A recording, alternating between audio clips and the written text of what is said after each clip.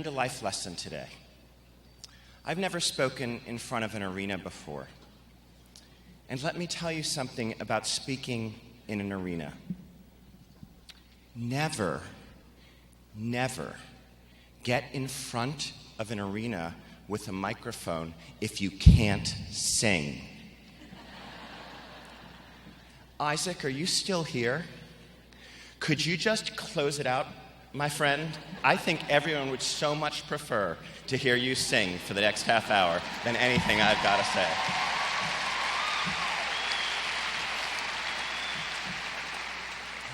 Yep, that was my best idea, folks. It's all down here. Why then am I here? And why am I so honored to be here? It's a funny place we're gathered in. You know, it reminds me, as all of you know, places like this in ancient times, you might have called it a Colosseum, right? Looking around, where large groups of people like yourselves came to watch gladiators kill each other. They came for blood. Thinking of that makes me very anxious. Today, sports events and other entertainment is held here. But on this day in Fresno, you turn this Colosseum into a temple of educators.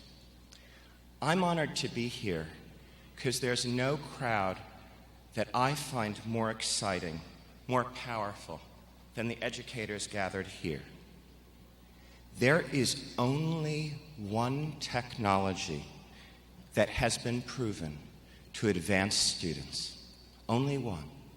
And that is a great teacher.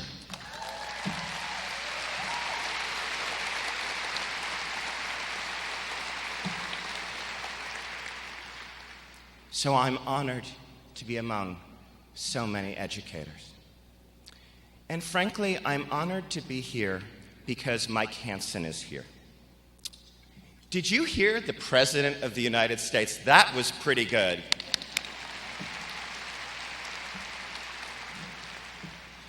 You know, it's kind of in the world of urban schooling, it's not so glamorous to be somewhere more than 10 years. I just have to tell you, Mike. I know there are those who would wonder, is it time for change, that boy, wouldn't we like something new? Let me ask you something as you think about change in education and your work. Does poverty change its leadership every 2 or 3 years? Or does poverty proceed remorseless, intense, focused in what it does? Does racism in this country build over a 5-year period and then dissipate?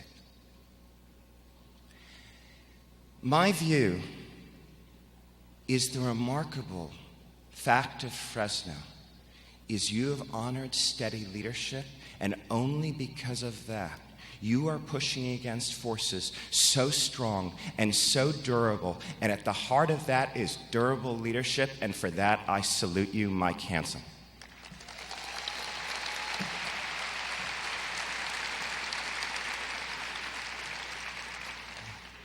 Mike is also the president of CORE, a coalition of cities represented so ably here by another longtime leader, Chris Steinhauser, by Richard, the great superintendent of San Francisco.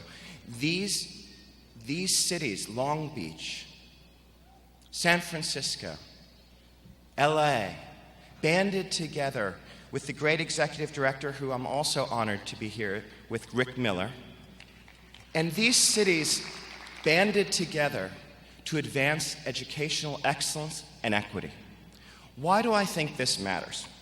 Why does it matter that a long-term leader like Mike is a leader not only of this city, but a coalition of cities? Well, if I were perfectly candid, California can get a bit crazy sometimes as a state. Has anyone noticed that besides me? And these leaders stood up during a time of great change in the state and held the focus. They held it together. and they led. And the work of these cities is now being modeled around the country and around the state. That's a deep kind of leadership, and I think it's amazing.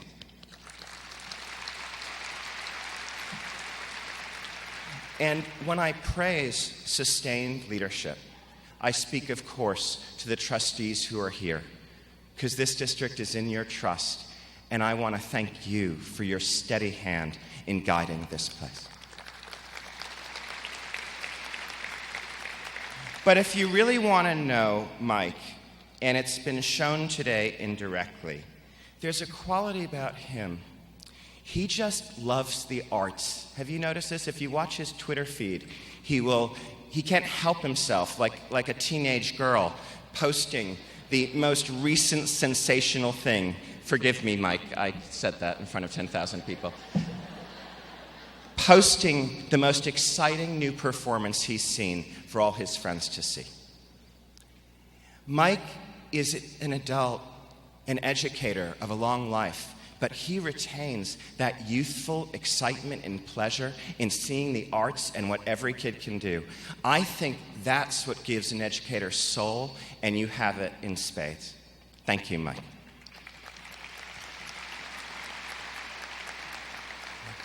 And anything good that I do or the College Board does rests similarly on long-standing work. I'm so glad that of the College Board team members here, in fact, just two of them, Sandra and Lynn, combined to offer 25 years of experience at the College Board, which means they both started there when they were 15. I want to thank my team at the College Board who's built the relationships that bring us here today, and Miss Scott Hill, our Gate Vice President of the Western Region, who needs to be with his family for health reasons, and I'd be grateful if you'd join me in silently wishing them well in this time. I'm also honored to be here because I think Fresno, in a powerful way, is America. What do I mean by that? John Steinbeck, as you know, wrote so famously about the Dust Bowl and the ravages of poverty. He is one of the great heroes of classic American literature. But at the same time, a lesser-known name, not because he wasn't a great writer. He was seen among that group at the time. You've named a theater after him, William Saroyan. He wrote, yes, he did.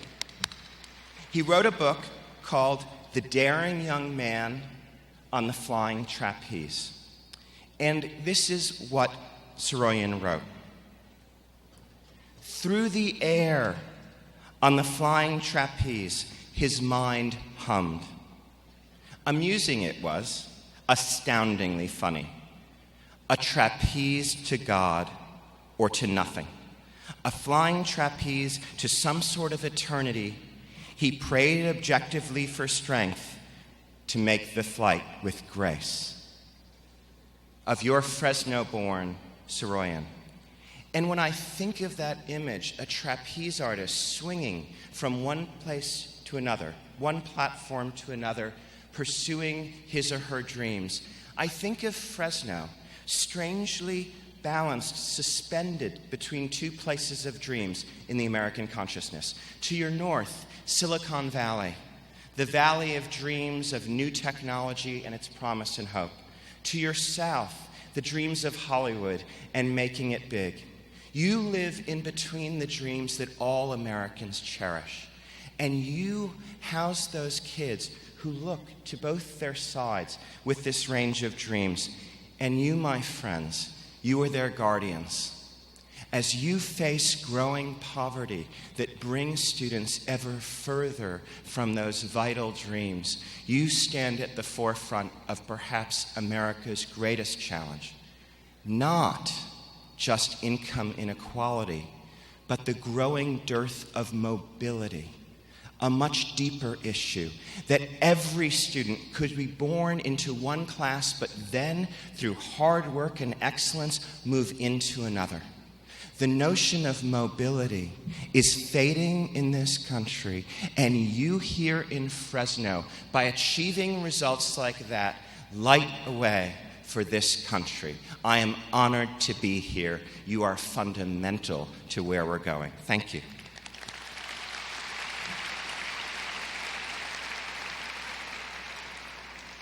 If you'd keep in mind for a moment the trapeze artist going from platform to platform and the flight with grace that he showed, or for a moment think of the performances of that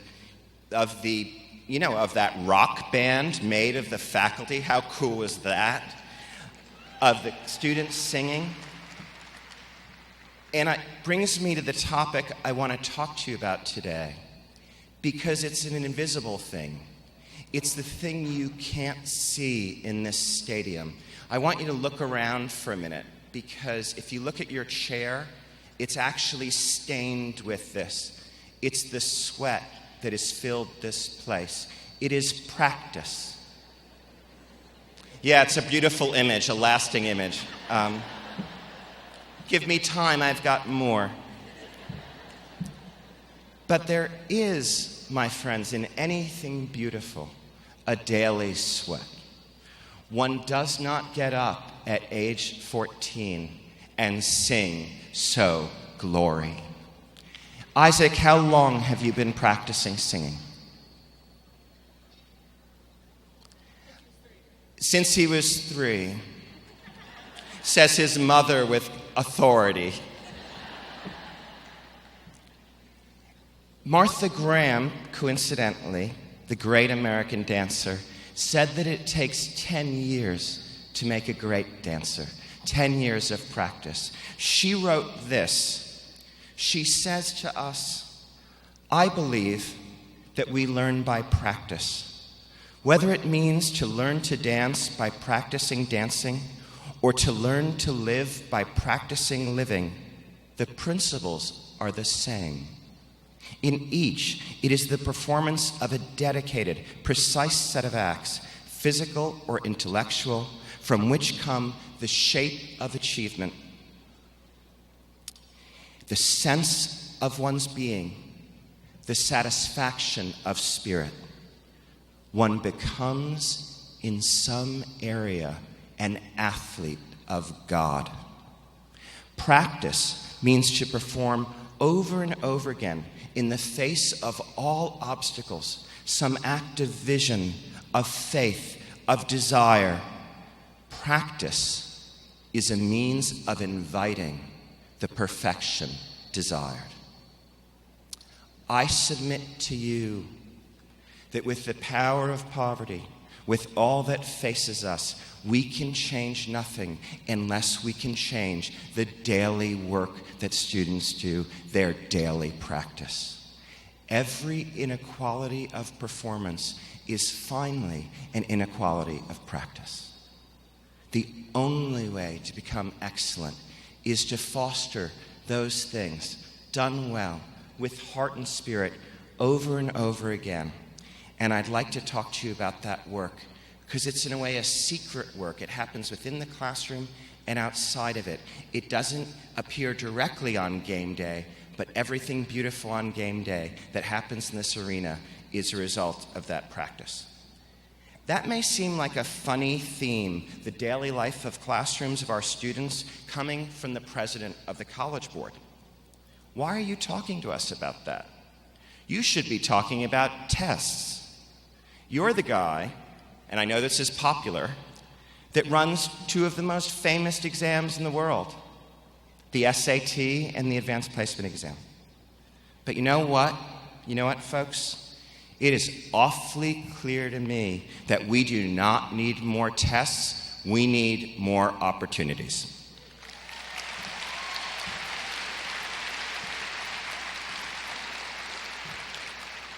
Fresno does not need more tests. Fresno needs more opportunities.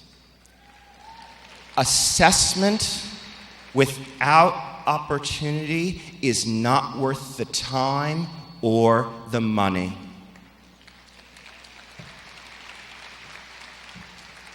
Assessment without opportunity has no future. So, what does that mean for my work and for your work? The first thing I think would have to be true of an assessment that advances opportunity is it must dare to focus on those few things that really matters for kids' futures. Let me give you an example from an exam you may have heard of called the SAT. Did any of you hear that last year we redesigned this exam? Anyone? No, you missed that one. Why did we redesign the SAT? Let me give you a couple of examples when I say focusing on things that matter for students' lives. If I were to say to you, what is the definition of an SAT word, what would you answer? I think you'd say a word that you likely didn't hear before and won't likely hear again. What does it mean, my friends, to design an exam where excellence is knowing as many obscure words as possible? What does it mean for an English language learner, by the way? Is that a just challenge? What does it mean about how students are going to respond, right? If you tell someone you're going to test them on every word they've never heard before, what are they going to do? They're going to get flashcards. I'm old-fashioned, they'll get an application on their phone with flashcards on it. All of you who are educators know the worst way to build vocabulary is with flashcards. It is by reading deeply and widely and using words over and over again. That is the great work of vocabulary. But we made a test and everyone responded with flashcards. And the College Board could say, you know what, that's not our fault. We made a really good test. It's just that test prep stuff that's not so good. Have you ever heard that from people who design exams? I think it's about time for the College Board and anyone who makes an exam to take responsibility for the practice the assessment inspires. If our assessments do not get kids doing good work, they should go away. That's why when we redesign the SAT, everything on it, like the words. So what is the vocabulary of the revised SAT? It's words you use over and over again in the first year of college or career training. Words like analysis or synthesis. These are not rare words, but to command them, you must understand them deeply. Because synthesis can mean putting two things together to make something new. It also, in another context, can mean artificial. So commanding the word synthesis or analysis gives you great power, but it requires practice. These, for our English language learners, are the words of power. These analytic, academic vocabulary words are used throughout college textbooks, throughout career environments, and if your students learn them and command them well, they have a seat at the table. They are worth doing.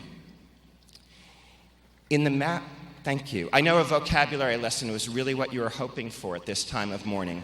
Just warming you up for the school year to start. We eliminated the penalty for guessing. Why?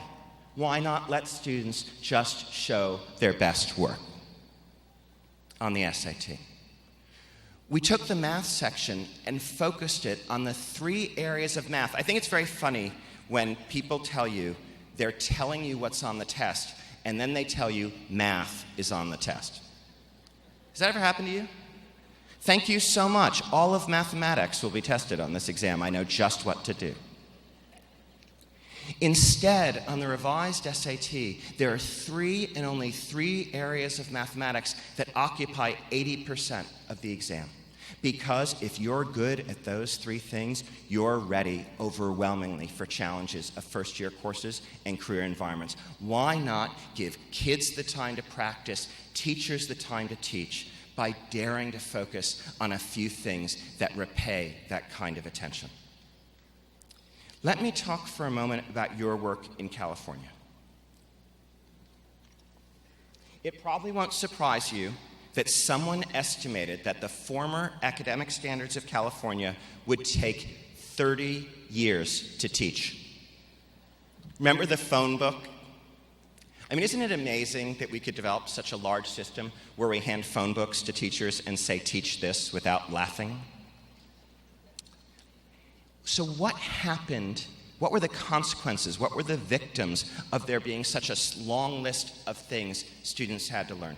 First, textbooks got fat.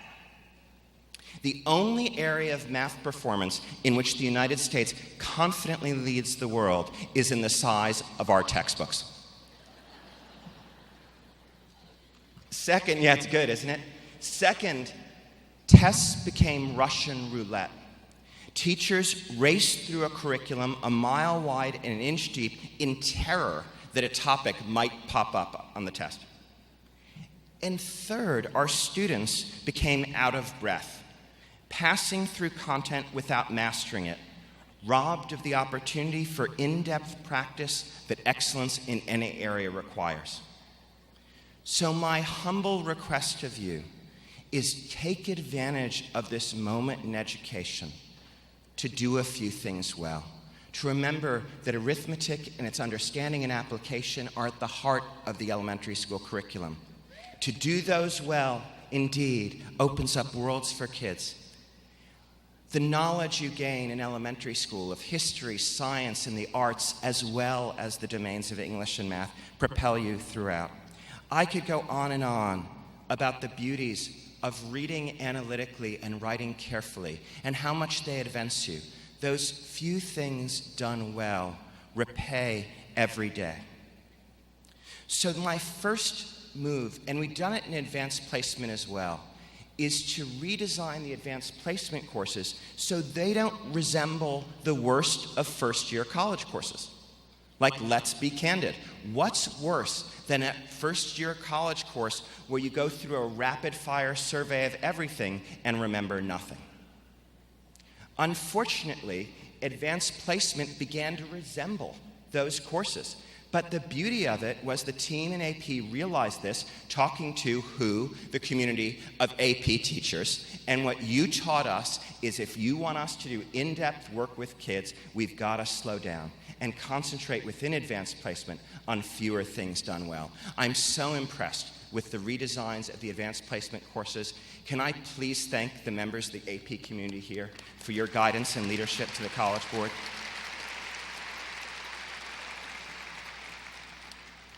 In addition to focusing on fewer things, the second law is that we must make the tools of practice free and weave them into the lives of the students who need them most. When I became president of the College Board, did you guys notice, talk about it not being our fault, there was this funny way people were where everyone else thought that expensive test prep and the advantages of money made exams like the SAT unfair. Did any of you think that? Did any of you bothered by the expensive test preparation courses that some kids could take and others could not? Well, the College Board could say it's not our fault, but it is our problem. And that's why a year ago, I announced that the College Board would forevermore, in partnership with Khan Academy, provide free test preparation for the world.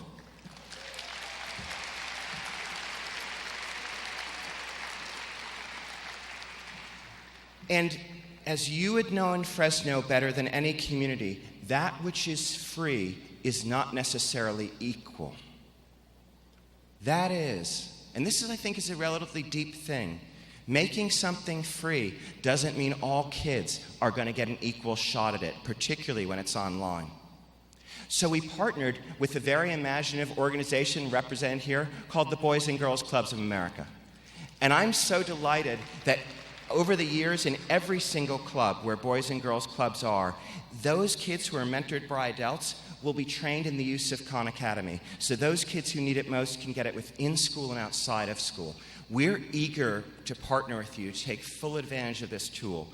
All of your students who take a PSAT starting this fall, when they receive their results, they will have waiting for them a personal account on Khan Academy that adapts to the work they've already done. If that student is far behind, it goes all the way to the foundational skills of math. It does not leave them behind. It doesn't say, start preparing. There are tools for coaches and teachers to use these tools in collaboration with young people.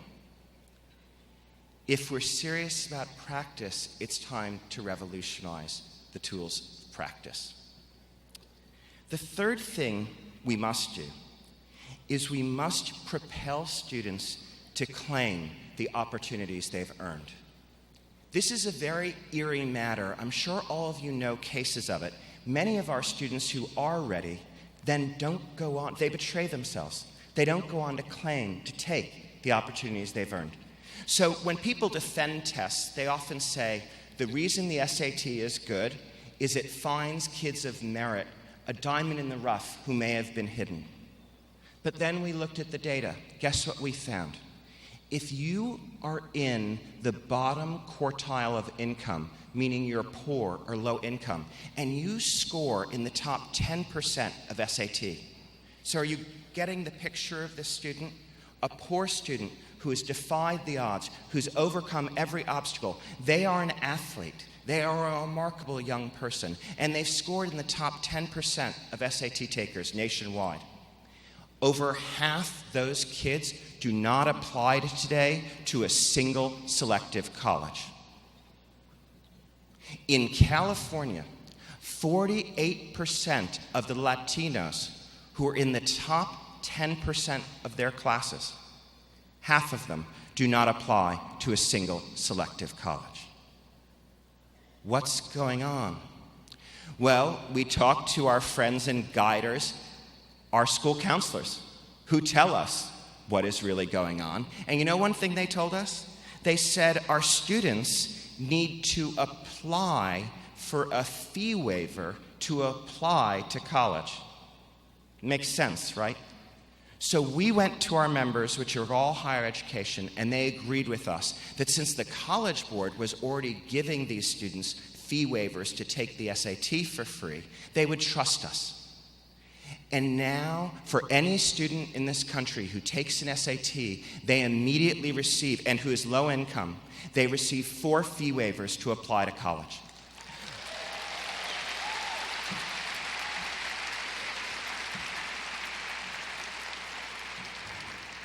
I think my favorite day on the job so far was when a young man posted on Instagram, he posted the waivers he received from us, and he said, "The College Board just sent me fee waivers because I am awesome." He did not say because he was poor.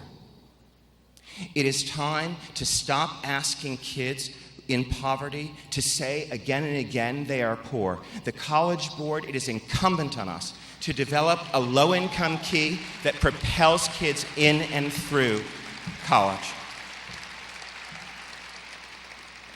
Speaking of poverty, you may know that our PSAT, the exam before SAT, is done in partnership with the National Merit Scholarship. But since our commitment to expand opportunity, we've now gone beyond national merit to bring in the United Negro College Fund, to bring in the Hispanic Scholarship Foundation here in California, to bring in the leading Native American scholarship funds, as well as the leading low-income scholarship funds from Jack Kent Cooke. Together with these partners, we have now added $180 million more of scholarship opportunities associated with PSAT.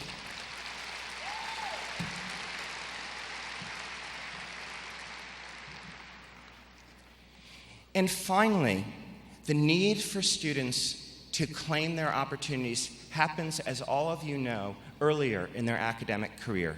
What we find is so many students who have potential for advanced placement based on the PSAT, but they nonetheless don't take it. If you take 10 kids in this country, 10 students, who are ready for advanced placement math, you'll see the following happen. 6 Asians who are ready will take AP Math. 4 white students out of 10 will wind up in an AP Math course. 3 African Americans out of 10, 3 Latinos out of 10, and 2 Native Americans out of 10. That's not okay. That's why we launched this year an all-in campaign. It's very simple. Let's make sure together that every single African American, every single Latino who is ready for advanced placement or another advanced course like IB takes advantage of those opportunities that they have earned.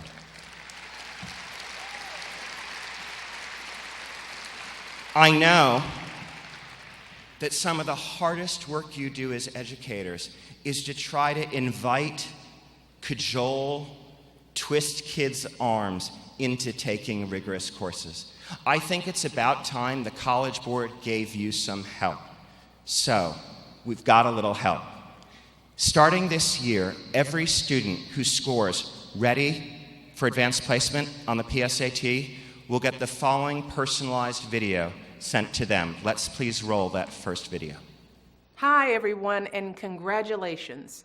You've shown that you've got what it takes to be successful in AP and other tough classes. Now it's up to you to show us what you've got, and I hope you'll choose to take on this challenge, because taking AP classes is one of the best things you can do for yourself and for your future. Now, I'm not saying that it's going to be easy. AP classes are a lot of work, but I can promise you that it will pay off. You can start earning college credits that could save you time and money in the years ahead. And if you take AP classes, studies suggest that you're more likely to succeed in your freshman year of college, and you're more likely to graduate and graduate on time. So taking AP classes isn't just going to be good for you now, it's going to be good for you for the rest of your life. So I hope that you choose to reach higher, challenge yourself, and chart your own course for the future. Thank you. Thank you.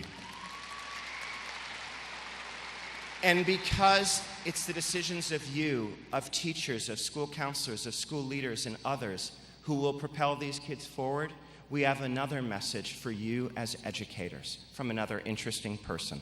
Let's hear that now.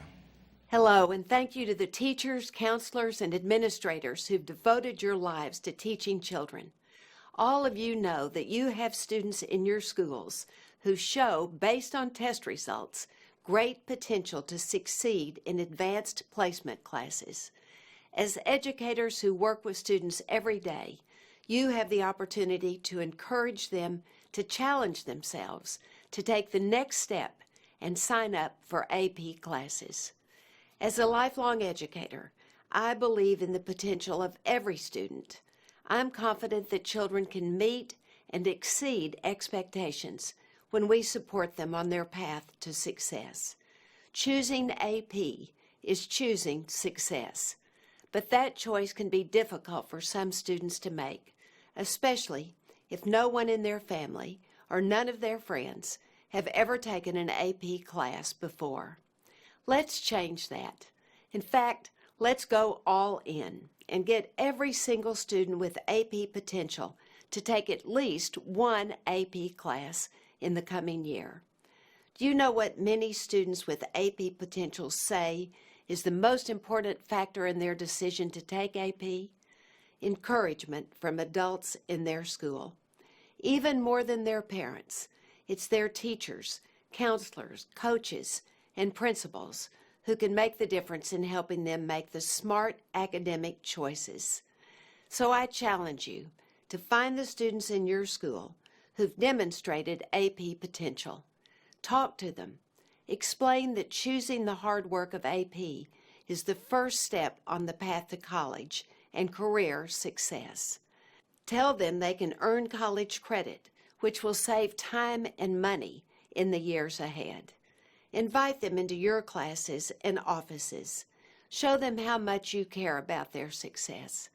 Be patient, supportive, and let your students know you're proud of them. Guide them as they take a risk and sign up for their first AP class. They're counting on you. We all are. Thank you.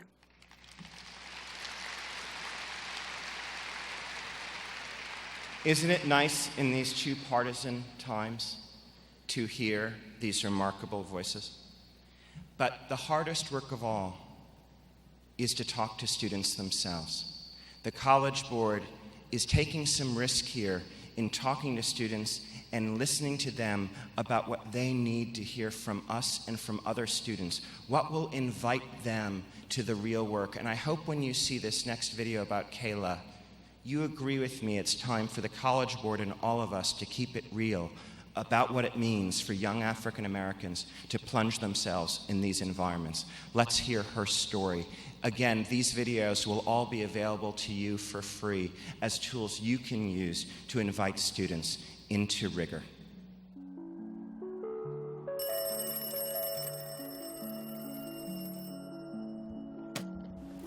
I hate to study, which is very interesting being that I take 3 AP classes. I mean, I'd rather not do 3 essays in a week, but it's all worth it.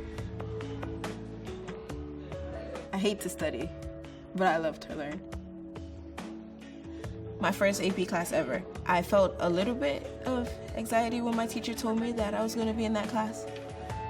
An AP class, what? I thought that, oh, everyone that took AP was a nerd. Like, no one wants to be a nerd. Teacher's pet, geek, dork. That's probably as worse as it gets. They call me an Oreo. Kayla, why are you always act so white? You always speak so white. What is acting white? Like, what is acting black that I'm not doing it? Black people are smart. What's wrong with being smart? You just get a lot of respect and credibility. What are you guys working on in rehearsal today? Improv games, she gives us a prompt and we just act on it. How are the classes going? Struggling. I wish there was like a AP theater.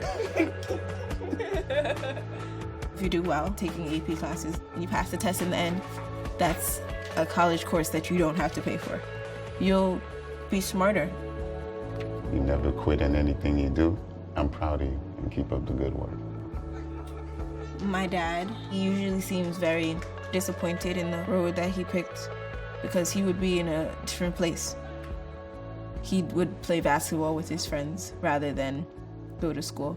He doesn't want me to make those same mistakes. But I would say that he doesn't regret it because the choices he made has led him to me. He seems to be very proud of me. My name is Kayla Brathwaite. I am 17 years old and I take 3 AP classes.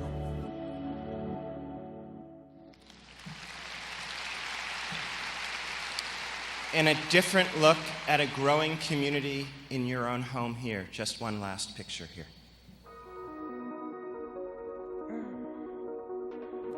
AP classes are challenging, but if you know what you're worth, then go get what you're worth.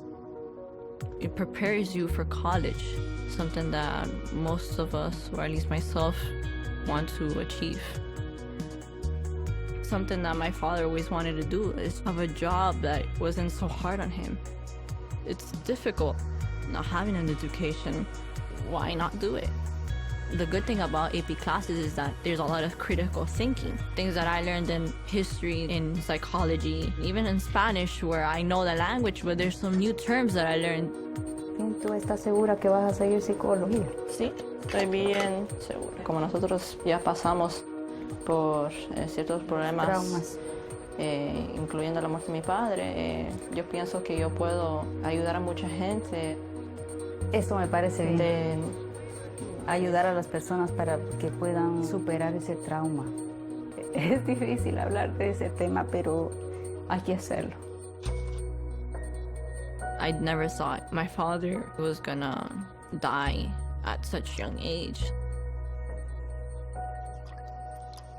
Yo estoy muy orgullosa de ti porque a pesar de todos los problemas que tú pasaste en la vida, lograste superar, pasar esa barrera de tristeza. Gracias, ma. Gracias por apoyarme. Yo te admiro mucho porque la verdad que no es fácil. Yo sé que no te gustaba el estudio, pero lo estás logrando. Estás poniendo de tu parte, yo sé. Even though missing my father was a huge factor, At the same time, there's been many blessings in my life. Your family could always be there, but sometimes they're not. At least your education comes with you. Your education is part of you. To those people that are potential AP students, don't be potential, be one. I'm Louis Racinos.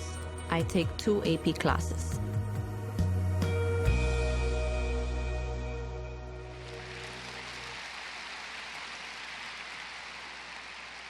I have a feeling that I could see someday some videos of students from Fresno here. We would love it. Just as we have to propel students into college readiness, and I'll end here, we have to propel them into career readiness, as your school district demands. Yes, we must. And let me say a word about that. Let's take the AP course that was most relevant to blossoming careers around our country, AP Computer Science. Last year, we gave the AP Computer Science exam for the first time. Are you ready for this? In 15 states in America today, last year, no African American students took the exam. In 8 states, no Hispanic Latino students took the exam. And young women accounted for less than 20% of the students who took the exam. I'll say it for the last time.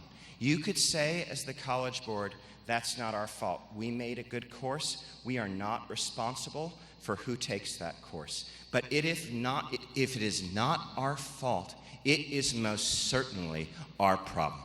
If these numbers do not change, we will build a wall of inequality into the next century. Period.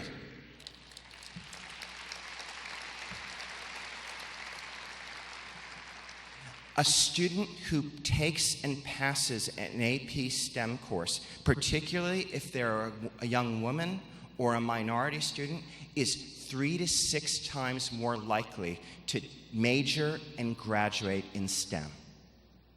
It's time to propel students into these opportunities, and we've got to start younger. I'll tell you a funny thing. We give now a new version of the PSAT at the end of 8th or beginning of 9th grade. And if you were to guess who does better, slightly better, girls or boys? You're so prejudiced, but it is girls, you're correct. Girls do slightly better. And it turns out that PSAT predicts very effectively your success in a coding course. But if you then look at the kids in the coding course, guess what? Only 2 out of 10 are girls. That's why the College Board is partnered with Code.org to provide and support professional development for any high school that wants to deliver that PSAT and propel its students into a coding course. It's time to deliver the opportunities that assessment inspires, or we must not have assessment altogether, in my humble opinion.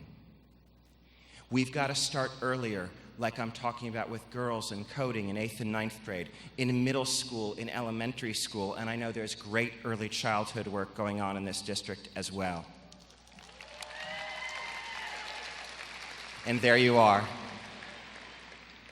We as the College Board must embrace career as an equally valid companion to college-ready work. And that's why we've partnered with Project Lead the Way, with Road Trip Nation, to create career planning tools freely available for all students that are actually engaging in what they love. We've created a film with Road Trip Nation. You can catch it if you'd like. It's called Why Not Us? It'll be available for free as widely as we can, and it's about first-generation students going to college. So I've talked a little bit about our work, and I'd like to conclude by talking about your work. May I begin, if I may, with our friends here in food service? Would you please stand?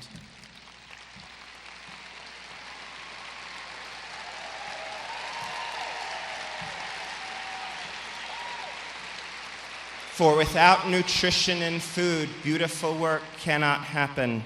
Our gardeners who keep our schools beautiful, would you please stand together with our custodial staff, who are the custodians of our physical plant.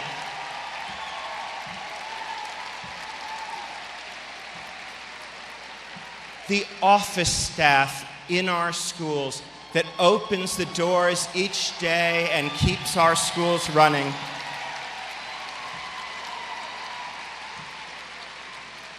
If you are a bus driver, would you please stand up for taking our kids to school?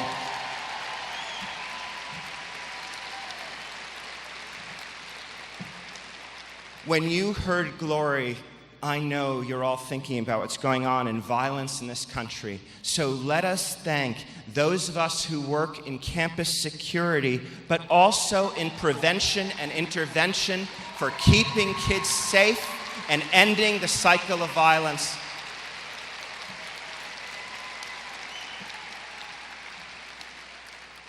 To my friends in the central office, those who work on technology, early childhood, business and operations, HR, an organization that has now effectively diversified this teaching force over the last 10 years so it better reflects this community. It's amazing what this central office has done. Hooray to them.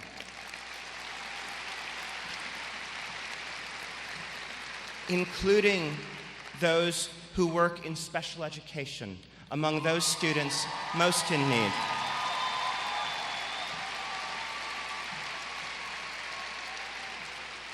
Those devoted to our English language learners and the special attention they deserve to realize the dream of this country.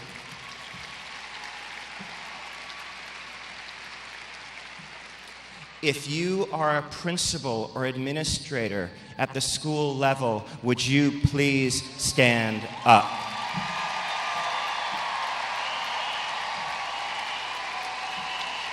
If you are an area superintendent or instructional supervisor, would you join them, please?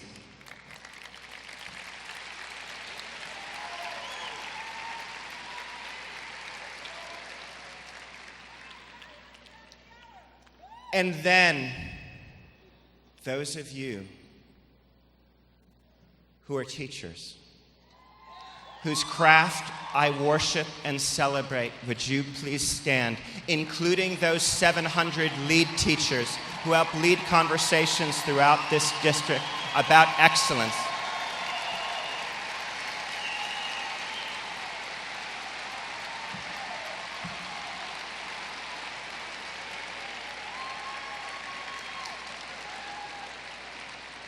And if you have the sad fate to be the overwhelmed school counselor, like the Catcher in the Rye, trying to heroically help every student pursue their dreams, would you please stand up?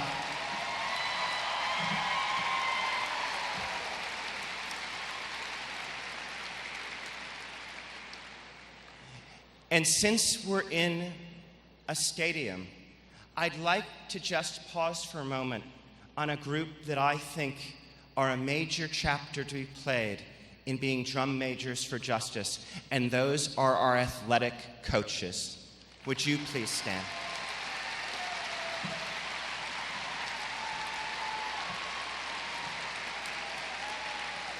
You hold so much. You hold so much, those of you who are coaches. You've earned kids' trust. Would I beg you that as you get your kids to practice every day to do well on the field, could they spend an hour on Khan Academy for free and earn their future? Could you help me do that? Please. We at the College Board are lucky that a remarkable woman, the great niece of Roy Wilkins, we were talking about Selma just earlier. Roy Wilkins' niece works with us now. Her name is Amy Wilkins. She's one of the great civil rights figures of our time. She worked at the Education Trust before joining the College Board. She had a meeting of students, and she asked them what would most move them to dare, to practice harder, to take the more rigorous, challenging course. And she wrote me this note about her experience. She said, "Students told us that it's an adult saying, I believe in you that matters most. Not websites or flyers or emails or social media. All of these can help drive home the message. But the most important thing is that adult who is willing to take the time to provide personal encouragement. May I ask you to join me and stand for a moment and think in your work. Please, join me for a moment. And think as you prepare for the new school year of one student who attracts your interest, who moves you. Maybe it's someone in the past, or maybe it's a student you'll soon be seeing. And would you repeat after me, I believe in you. As you prepare to open the doors of schools, I hope you'll remember your awesome power to open doors in students' lives. Good luck and God bless you. Thank you so much.